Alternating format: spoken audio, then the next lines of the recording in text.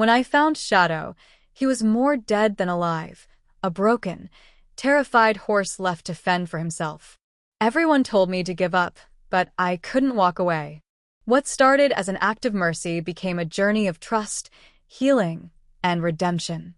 Together, we faced doubt, pain, and the impossible.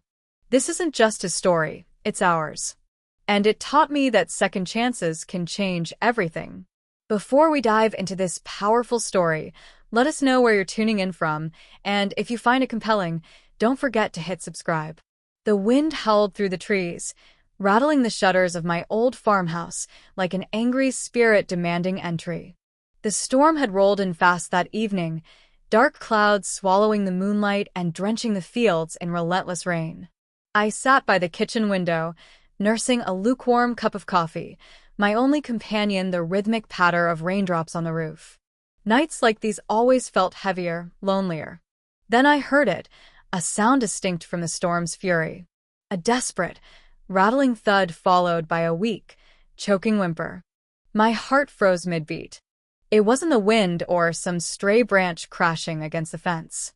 No, this was alive, hurt, scared, and struggling. Grabbing my raincoat, I rushed outside, the storm slamming against me the moment I opened the door. My boots sank into the muddy earth as I pushed toward the gate, the weak beam of my flashlight cutting through sheets of rain. I saw it then, crumpled and motionless against the fence, a horse, or what was left of one.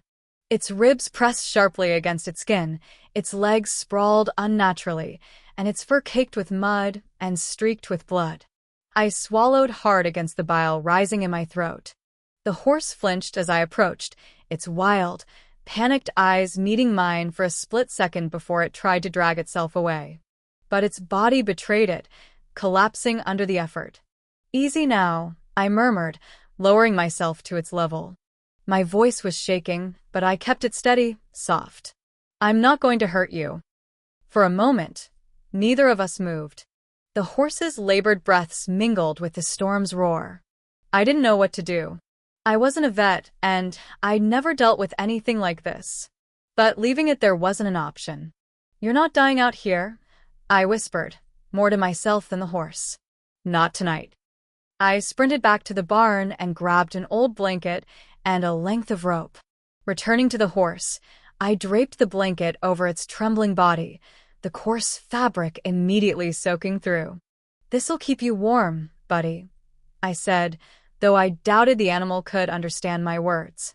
The horse shuddered under my touch, but didn't resist. It was too weak to fight me.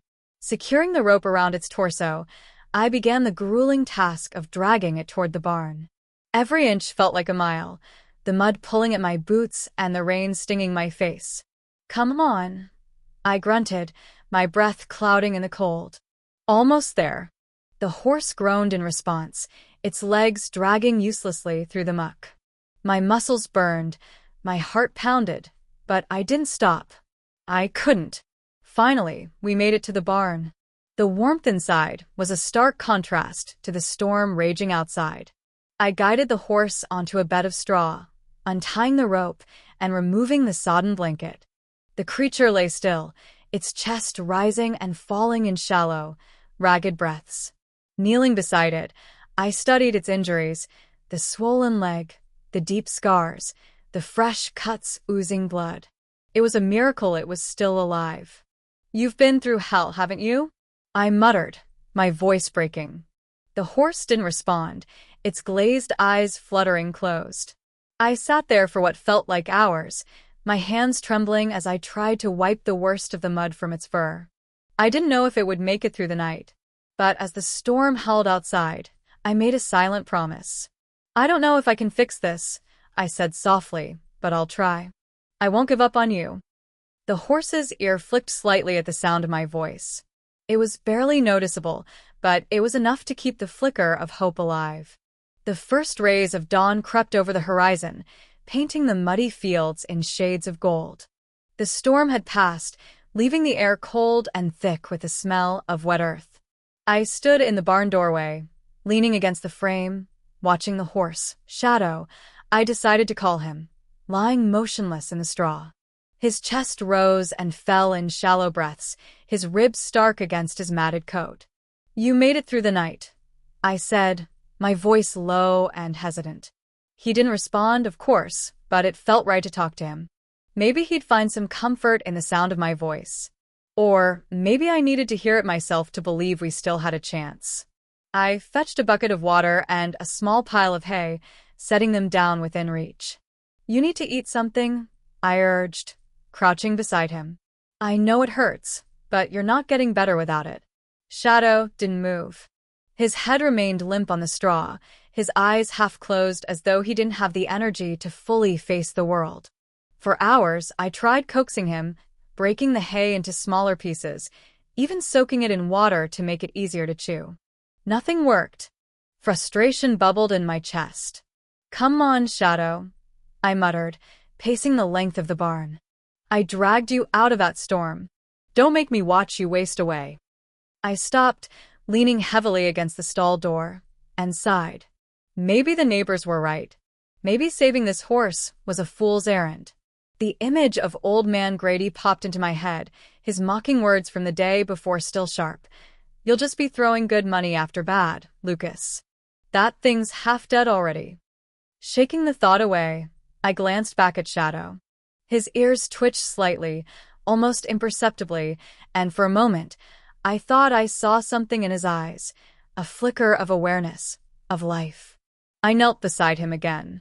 "I'm not giving up on you," I said softly. "I don't care what they think. We're in this together." The hours blurred as I cleaned his wounds, my fingers numb from the cold water and the repetitive motions. The swollen leg worried me the most. It looked like an old injury left untreated. I wrapped it as best as I could, tying the cloth carefully so it wouldn't cut off circulation. Shadow flinched once or twice, but he didn't fight me. Too weak, I guessed. Or maybe, just maybe, he was starting to trust me. By the time evening rolled around, exhaustion tugged at my bones, but Shadow still hadn't eaten. I dropped into a pile of hay a few feet from him, my head in my hands. "What am I doing?" I whispered to the empty barn. The answer didn't come from within, but from a distant memory, my father's voice from years ago, teaching me how to care for the farm's animals. "Patience, Lucas," he'd said. "Sometimes they just need to know someone's on their side." The next morning I decided to change tactics. Instead of leaving the food for him, I sat by his side, holding a handful of hay in my palm. "Just one bite," I pleaded. "For me?" His nose twitched, and for a moment, I thought he'd ignore me again. But then, slowly, he stretched his neck and took a cautious nibble. Relief flooded through me, and I nearly laughed out loud. "There you go," I said, my voice trembling with gratitude. "That's it, Shadow." Over the next few days, Shadow started eating more regularly, though he still flinched every time I moved too quickly. Each time, I'd pause, keeping my movements slow and deliberate. "It's okay," I'd whisper. "I'm not going to hurt you." The villagers, of course, had their opinions. Mrs. Carmody, who stopped by with eggs, shook her head as she peered into the barn. "You're wasting your time, Lucas," she said, her tone more pitying than harsh. "That poor thing's too far gone." I bit back my frustration, forcing a smile. "Thanks for the eggs, Mrs. Carmody," I replied. "But I'll take my chances." When she left, I sat beside Shadow again, stroking his mane gently. "They don't see what I see," I told him. "But don't you worry. We'll prove them wrong." Shadow didn't answer, but he didn't pull away either. It wasn't much, but it was enough to keep me going. Little by little, we were building something: trust, hope, maybe even a future. And for the first time in a long while, I didn't feel so alone. The mornings came earlier now. Each new dawn brought with it a quiet determination I hadn't felt in years. Shadow was eating more steadily, though his movements were still tentative. Every step he tried seemed like a battle, his legs stiff and unsteady. But progress, even slow, was still progress. It was a mantra I repeated to myself as I worked to clean his wounds, change his bandages, and coax him through the days. Shadow watched me now, his dark eyes tracking my movements around the barn. He still flinched sometimes, especially if I moved too fast, but he no longer froze or turned away. I'd started talking to him while I worked, filling the silence with stories about the farm and my life. I wasn't always alone out here, I said one day, stroking his mane as I sat beside him. My dad built this place with his bare hands. He had dreams for it. Big ones. Shadow's ear twitched, and I smiled. And here I am, just trying to keep it from falling apart. Funny how life works, huh?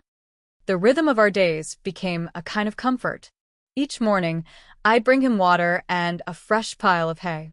By afternoon, I'd walk him around the barn, letting him stretch his legs. At night, I'd sit with him until the last of the sunlight faded, just the two of us in the stillness. Not everyone understood. The villagers' visits grew more frequent, their skepticism as sharp as ever. "You're working yourself to the bone for a lost cause," Old Man Grady barked one day, leaning on the barn door. "Why don't you just put him out of his misery?" I clenched my jaw, biting back the anger that surged inside me. "Because he's not a lost cause," I said firmly. "He's alive, and that's all that matters." Grady snorted, but didn't argue. He shuffled off, muttering about wasted time and effort. Shadow nudged my shoulder gently with his nose, as if sensing my frustration. I turned to him, a small smile breaking through my irritation. "You're the only opinion that matters, buddy," I said. "And I think you're on my side." A few days later, I met Antonio. The encounter wasn't planned. I'd been delivering firewood to the outskirts of the village when the name came up. Mrs. Carmody had mentioned him in passing, calling him a washed-up horse trainer. I hadn't paid it much mind until Antonio stepped out of his porch as I unloaded the wood. He was an older man, with a kind face weathered by years of working outdoors. "That's a lot of firewood for one man," he said, his voice warm but curious. "You running a farm or a lumber yard?" I chuckled, wiping the sweat from my brow. "Just trying to keep the place running. Every bit helps." We got to talking, and before I knew it, I was telling him about Shadow. Antonio listened intently, his expression thoughtful. "Sounds like you've got your hands full," he said finally. "But it also sounds like you've got a good heart." "I'm just trying to do what's right," I replied. "But some days, it feels like I'm fighting a losing battle." Antonio nodded, a glimmer of understanding in his eyes. "I've seen horses like yours before. They're tougher than they look. But they don't heal on their own. They need someone to believe in them." His words stayed with me long after I left. That evening, as I sat with Shadow, I found myself repeating them. "You're tougher than you look," I said softly. "And I believe in you." The days stretched into weeks, and Shadow continued to surprise me. His steps grew steadier, his coat began to shine again, and the scars on his body seemed to fade into the background. But it wasn't just his body that was healing, it was his spirit. He'd started to trust me, nudging my hand for attention or following me around the barn. One evening, as the sun dipped below the horizon, Shadow did something that took me by surprise. I'd been brushing his mane when he turned and pressed his nose gently against my chest. The gesture was small, but it felt monumental, a sign that the walls he'd built around himself were starting to crumble. "You're coming back to life, aren't you?" I whispered, my voice thick with emotion. "We're getting there, Shadow. One step at a time." For the first time, I truly believed it. We weren't just surviving, we were starting to heal. Together. By the time spring rolled in, Shadow was a different horse. His coat, once dull and matted, now caught the sunlight, and his eyes, once hollow with fear, sparkled with something new: trust. He still moved cautiously, his injured leg making every step deliberate, but the progress was undeniable. Each day, I marveled at how far we'd come, though there was still a long road ahead. Shadow had become a quiet companion, following me around the farm as I went about my chores. His presence was steadying in a way I hadn't expected. I talked to him constantly now, not just about the farm, but about my past, my doubts, my dreams. "You know," I said one afternoon as we rested by the barn, "I never thought I'd care this much again. About anything. Funny how life surprises you." Shadow flicked his ear in response, as if acknowledging my words.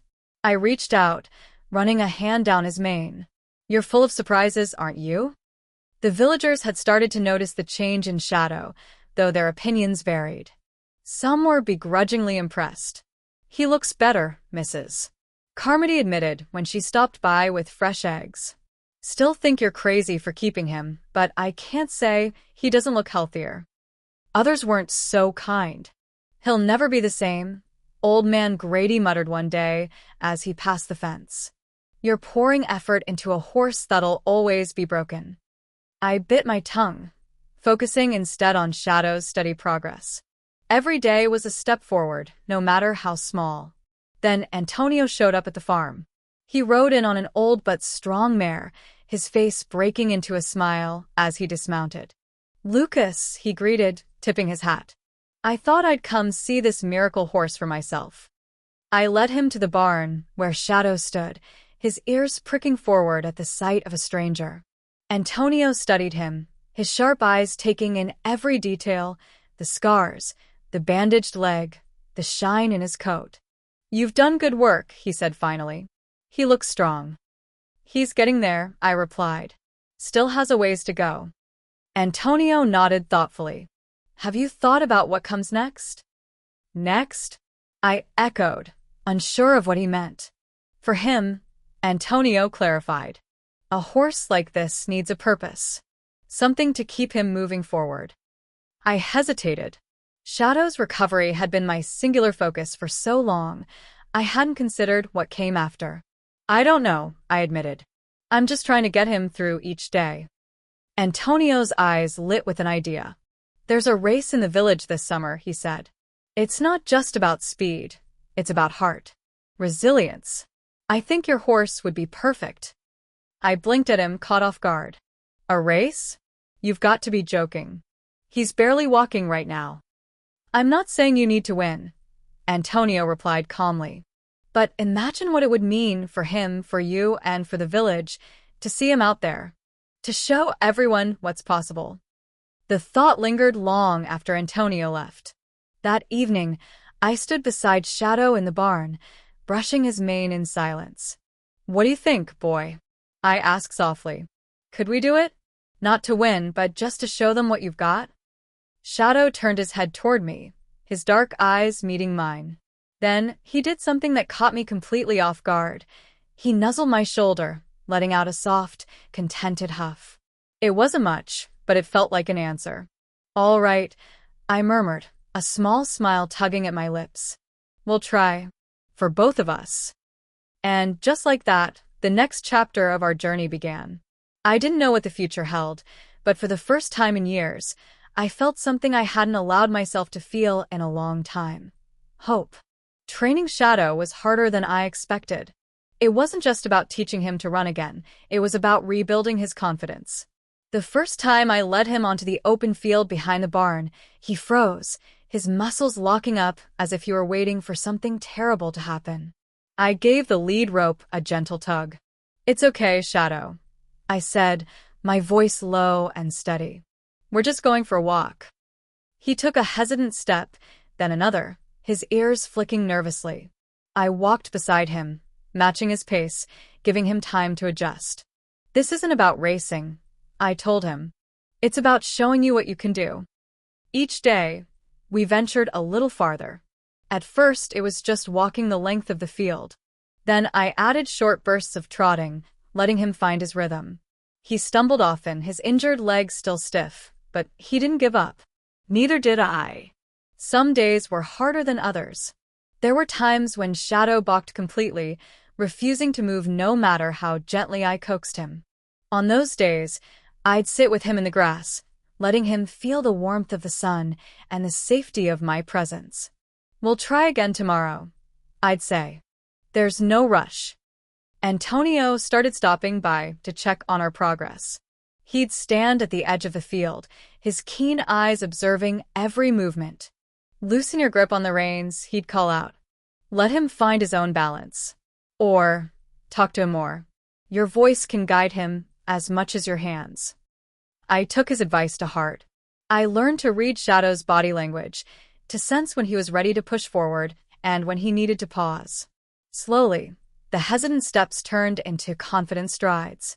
His pace quickened, his movements smoother with each passing day. One afternoon, during a particularly good session, Shadow broke into a canter. The sound of his hooves against the soft earth was music to my ears. I let out a laugh, my chest swelling with pride. "That's it, boy," I called out. "You're doing it." The sight of Shadow running again brought a lump to my throat. He wasn't the broken, terrified creature I'd found in the storm. He was strong, determined, and alive. Watching him, I realized something else. I wasn't the same person either. Word of our training spread through the village. At first, it was just curious glances from neighbors passing by. Then the children started showing up, lining the fence to watch. They'd cheer when Shadow trotted by, their laughter filling the air. One little girl even brought him a flower, shyly placing it in my hand. "For Shadow," she said. "He's my favorite." The villagers' attitudes began to shift, too. Mrs. Carmody, who had once told me I was wasting my time, started bringing extra oats for Shadow. "Figured he might like a treat," she said one morning, avoiding my eyes. Grady, who'd mocked me relentlessly, stopped to watch one of our training sessions. He didn't say anything, but the slight nod he gave me before walking away spoke volumes. As the weeks passed, Shadow's confidence grew. He no longer flinched at sudden noises or hesitated on uneven ground. His strides became longer, his movements more fluid. Antonio was right. Shadow wasn't just healing physically, he was finding his purpose. One evening, as the sun dipped low on the horizon, I sat with Shadow in the barn, brushing his mane. "You're ready, aren't you?" I asked, my voice soft. He turned his head toward me, his dark eyes steady and calm.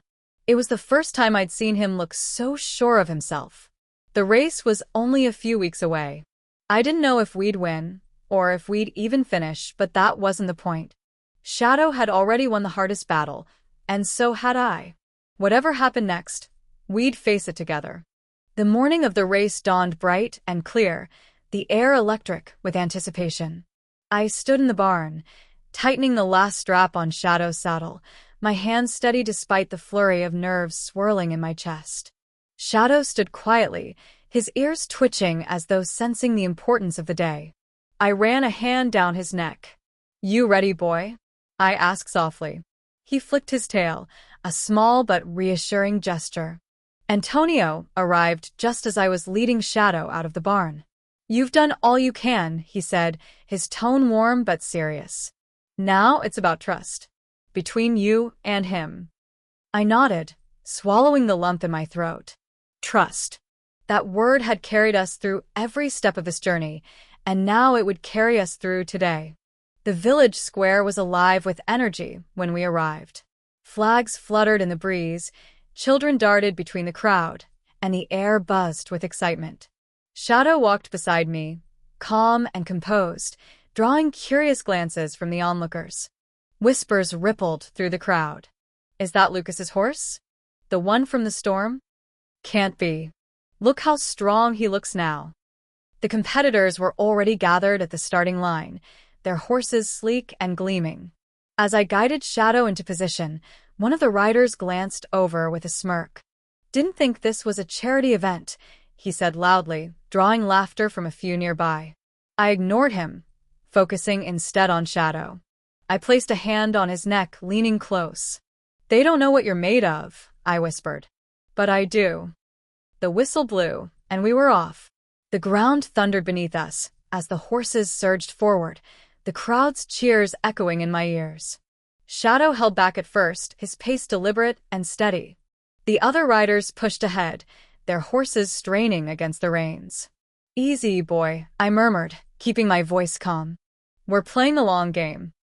The track wound through the outskirts of the village, past open fields and dense patches of forest. Shadow's movements were fluid, his strides confident as he found his rhythm. One by one, we began to overtake the slower riders, slipping through gaps with precision. The crowd's tone shifted as we moved closer to the front. The mocking laughter was gone, replaced by murmurs of surprise and admiration. "Look at that," someone shouted. "He's catching up." Antonio's voice rang in my mind. "Trust. Between you and him." As we rounded the final bend, the finish line came into view. The lead rider, a young man on a powerful black horse, glanced back and saw us closing the gap. His face twisted with determination. "You're not taking this from me," he shouted, urging his horse forward. Shadow surged beneath me, his muscles coiling with renewed energy. We were neck and neck, the tension thick enough to cut. The crowd leaned forward, their voices rising to a fever pitch. Then it happened. The black horse stumbled, its hoof catching on a loose stone. The rider let out a cry as both he and his horse went down, a cloud of dust rising around them. I pulled back on the reins, bringing Shadow to an abrupt halt. "Whoa," I called, dismounting quickly. The other riders thundered past, oblivious to what had happened. The boy lay on the ground, clutching his arm, his face pale with pain. His horse struggled to rise, its legs shaking. "Easy," I said, crouching beside them. "Let me help." "You could have won," the boy rasped, his eyes wide with disbelief. "This isn't about winning," I replied firmly. "It's about finishing." With Shadow's help, I got the boy back on his feet and calmed his horse. Together, we crossed the finish line, side by side. The crowd erupted into applause, their cheers carrying a different kind of energy now, one of respect. Antonio was waiting for us at the end of the track, tears glistening in his eyes. "That," he said, his voice thick with emotion, "was the heart of a champion." I looked at Shadow, who stood quietly beside me, his breathing steady, his gaze calm. "No," I said softly, running a hand down his neck. "That's the heart of a team." In that moment, I knew we'd already won. The cheers of the crowd still echoed in my ears as I led Shadow back to the barn. The applause wasn't for speed or victory, it was for something far greater. Shadow, the broken horse no one believed in, had defied every doubt. And in doing so, he had taught me more about strength and resilience than I ever thought possible. Antonio was waiting for us outside the barn, his face glowing with pride. In his hands, he held a small medallion, its surface worn smooth from years of handling. "This belonged to my first champion," he said, stepping forward. "But I think it belongs to Shadow now." I swallowed hard, my throat tight with emotion as he placed the medallion in my hand. Shadow nuzzled my shoulder as if he understood the moment, and I whispered, "This is for you, buddy. You earned it."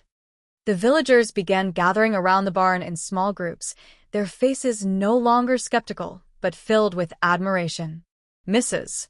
Carmody was among them, her hands clutching a small basket of carrots. "He's something special," she said, her voice softer than I'd ever heard it. "And so are you, Lucas." Grady, the loudest of the naysayers, approached next. His eyes lingered on Shadow before meeting mine. "Guess I was wrong about you," he admitted, extending a calloused hand. I shook it, feeling the weight of his unspoken respect. Over the next few days, life settled into a new rhythm. Shadow's story spread quickly, drawing visitors to the farm. Children came to see the miracle horse, their laughter filling the air as they fed him treats and stroked his mane. One boy, no older than 10, lingered behind after the others had gone. "Can you teach me?" he asked shyly, his eyes wide with hope. I knelt to meet his gaze. "Teach you what?" "To take care of horses," he said earnestly. "To help them like you help Shadow." A warm smile spread across my face.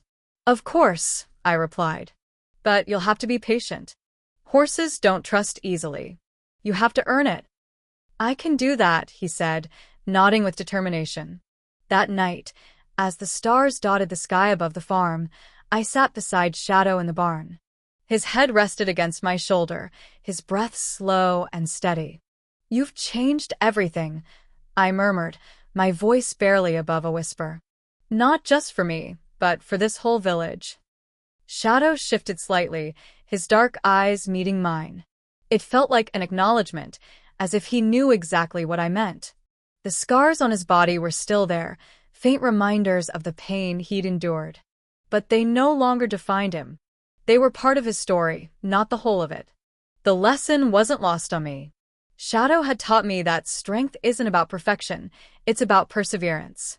It's about showing up every day, even when the odds are stacked against you. And sometimes, it's about trusting that the smallest acts of kindness can ripple outward in ways you never imagined. As I leaned back against the barn wall, the boy's earlier words echoed in my mind. Teach me. Maybe that was my next chapter. Not just keeping this farm running, but sharing what I'd learned. About horses. About healing. About life. Shadow let out a soft nicker, his warm breath brushing against my arm. We've come a long way, haven't we? I said, running a hand down his neck. And we're just getting started. The stars twinkled above, and for the first time in years, I felt a deep sense of peace. Shadow and I had faced the storm together, and in doing so, we'd found something greater than survival. We'd found purpose. And that, I realized, was the greatest victory of all.